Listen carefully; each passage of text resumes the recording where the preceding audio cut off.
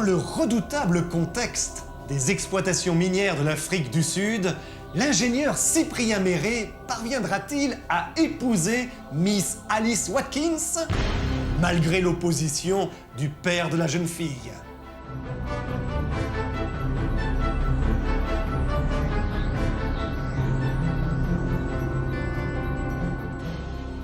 Monsieur, j'ai l'honneur de vous demander la main de Miss Watkins, votre fille. La main d'Alice? Demanda Mr. Watkins. Oui, monsieur. Ma demande semble vous surprendre. J'ai 26 ans, je m'appelle Cyprien Méré, je suis ingénieur des mines et je suis ici en mission scientifique au nom de l'Académie des sciences et du gouvernement français. C'est ainsi que débute le roman L'Étoile du Sud dans la ferme d'un certain John Watkins. Nous sommes au cœur même de l'Afrique australe, dans une région surnommée le Champ aux Diamants. John Watkins est précisément le propriétaire de la richissime mine de diamants de Vandenkarte-Kopje. Et il refuse de donner sa main à un savant sans fortune. Il a d'autres plans pour sa fille. Ce qui humiliait le plus profondément le jeune ingénieur français, dans la réponse que venait de lui faire Mr. Watkins, c'est qu'il ne pouvait s'empêcher d'y démêler un grand fond de raison. Mais le fait est qu'il n'avait jamais songé, jusqu'à ce moment, à la distance que la différence de fortune, de race, d'éducation, de milieu mettait entre la jeune fille et lui. Maintenant qu'il lui fallait renoncer à Alice, il s'apercevait combien elle lui était devenue chère en moins de 3 mois, c'est-à-dire depuis son arrivée en Cricaland, que tout cela semblait loin déjà. Il repense à cette terrible journée de chaleur et de poussière, durant laquelle il avait enfin atteint cette région reculée dans le but d'y exécuter des relevés topographiques et géologiques. C'est dans la ferme de John Watkins que Cyprien Méré trouva un logement et c'est ainsi qu'il rencontra Miss Watkins, la charmante Alice, dont l'un des grands plaisirs est de s'amuser à élever des autruches. Elle s'était tout de suite mise avec le jeune savant sur le pied d'une bonne et franche camaraderie, trouvant en lui une distinction de manière, une supériorité intellectuelle qu'elle ne rencontrait guère dans son entourage habituel. Il est vrai aussi, comme nous le dit Jules Verne dans son roman, que la culture intellectuelle est ici le monopole à peu près exclusif des femmes. Aussi sont-elles le plus souvent très supérieures à leurs maris et à leurs fils en fait d'instruction générale et de sensibilité artistique.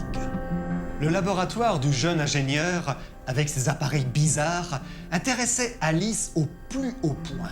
Elle était surtout fort curieuse de connaître tout ce qui se rattachait à la nature des diamants, cette précieuse pierre qui jouait dans les conversations et dans le commerce du pays un rôle si important.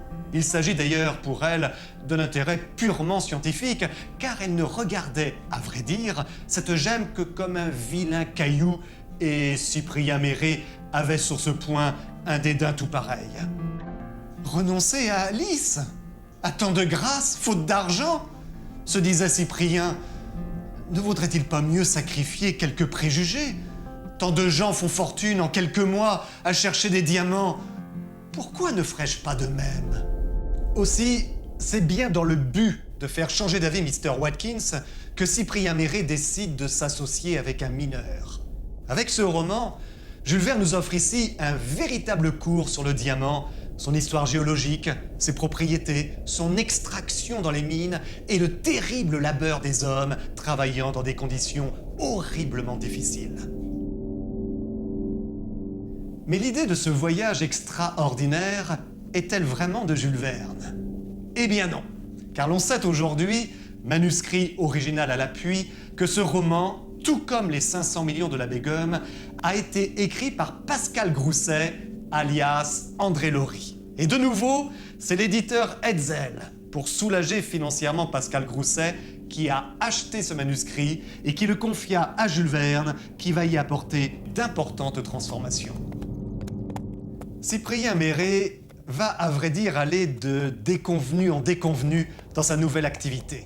Mais c'est néanmoins pour lui l'occasion de se rapprocher et se lier d'amitié avec 3 personnages, 3 hommes, qui ont pour point commun d'être, sinon rejetés, tout au moins de n'être guère considérés par des mineurs aux mentalités brutales. Ainsi, le tailleur de diamants Jacobus van Delgaart, qui confiera à Cyprien Méré sa terrible histoire d'expatrié hollandais ayant subi l'expropriation de ses terres par les Anglais. Sa vie se résume à une succession d'exodes durant lesquels, avec ses compatriotes, il se sera enfoncé toujours plus loin dans les territoires reculés de l'Afrique australe. Cyprien Méré va également se lier avec le Chinois Li, dont il va améliorer les conditions de vie tant il est exaspéré par le comportement raciste et féroce de certains mineurs. Enfin, il y a aussi le noir Matakit, qui devient son assistant et avec lequel le jeune ingénieur va devenir très proche. Mais soudain, un monstrueux éboulement se produit dans la mine et Matakit échappera de justesse à une mort atroce. Cette catastrophe donne à Cyprien Méré un sentiment de dégoût pour la mine, écœuré à l'idée d'exposer la vie de Matakit pour la chance très hypothétique de conquérir quelques mauvais diamants. Poussé par Alice, qui ne comprend pas les véritables intentions du jeune savant, il décide d'utiliser ses connaissances scientifiques pour fabriquer un diamant artificiel.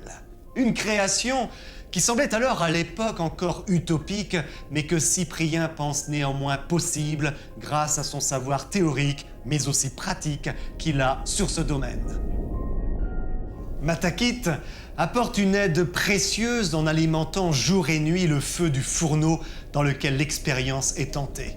Mais quelle heureuse surprise lorsque Cyprien Méré constate qu'un diamant exceptionnel, d'une dimension colossale, gros comme un œuf de poule, y a été créé. « C'est le plus gros diamant au monde !» affirme Jacobus van Delgaart en le découvrant. « 432 carats !» s'écria John Watkins. Le fermier avait pris l'écrin, il l'avait ouvert, et ses deux gros yeux scintillaient presque autant que ce diamant qu'il regardait. « On dirait une étoile !» s'écria Alice en battant joyeusement des mains. « Il faut lui laisser ce nom, dit-elle. Baptisons-la l'étoile du Sud. N'est-elle pas noire comme les beautés indigènes de ce pays et brillante comme les constellations de notre ciel austral ?» Cyprien décide d'offrir à Alice ce diamant noir. Que l'on imagine la fierté de Mr. Watkins devant cette proposition si inattendue. La nouvelle se répand immédiatement. La curiosité publique était extrêmement surexcitée et John Watkins n'aurait pu décemment se refuser à la satisfaire. D'autant plus qu'elle flattait sa vanité. Il donna même un banquet en l'honneur de ce cher diamant avec 80 convives et même les autruches de Miss Watkins prirent part à la fête en venant mendier quelques bribes du festin. Mais alors même que 80 bras élevèrent un nombre égal de vers en l'honneur de cet incomparable diamant et que tous les yeux se tournèrent instinctivement vers lui, tous découvrirent avec frayeur que l'étoile du Sud n'était plus sur son socle. « Le diamant !» hurla John Watkins. « Qui a pris le diamant ?» Les soupçons se portent sur Matakit, d'autant plus qu'il disparaît lui aussi mystérieusement. On se précipite dans sa case, mais elle est vide. John Watkins, complètement fou de rage, et alors qu'il est en présence de Cyprien et de 3 amis mineurs, hurle « Il me faut mon diamant ! Messieurs, vous êtes là 4 jeunes gens qui ambitionnez la main de ma fille. Eh bien, rattrapez-moi cet homme-là avec mon diamant et ma fille sera à qui me le rapportera. » C'est un voyage extraordinaire de plusieurs mois au travers de l'Afrique australe que vont entamer ces 3 mineurs aux mœurs brutales et prêts à ne faire aucun quartier à Matakit, accompagnés de Cyprien Méré qui doute malgré tout de la culpabilité de son assistant noir. Une aventure durant laquelle les 3 mineurs vont successivement mourir dans des conditions atroces, telles celles durant laquelle l'un d'eux se trouvera piégé dans un filet à oiseaux et pris dans une tempête violente, se retrouvant projeté dans les airs pour finalement s'écraser. Cyprien Méret, lui-même, n'échappera à la mort que de justesse grâce plus d'une fois à l'intervention du Chinois Li, qui sera prêt notamment à affronter un éléphant pour sauver son ami. C'est d'ailleurs Li qui trouvera le moyen de pallier la perte de leurs chevaux en attrapant des girafes pour s'en servir comme monture. Ce seront alors de bien curieux cavaliers qui continueront leur poursuite de Matakit, qui lui chevauchait une autruche.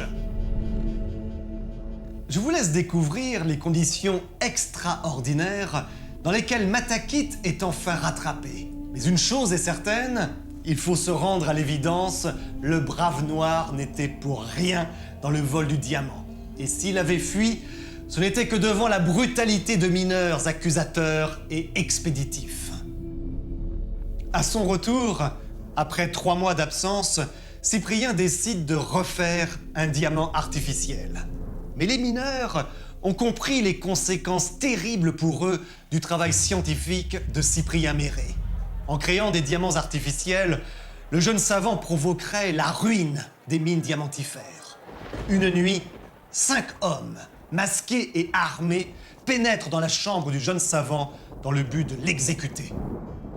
Mais c'est alors qu'un coup de théâtre bouleverse toute la situation. Matakit se précipite et révèle un secret connu de lui seul. L'Étoile du Sud n'avait rien d'artificiel.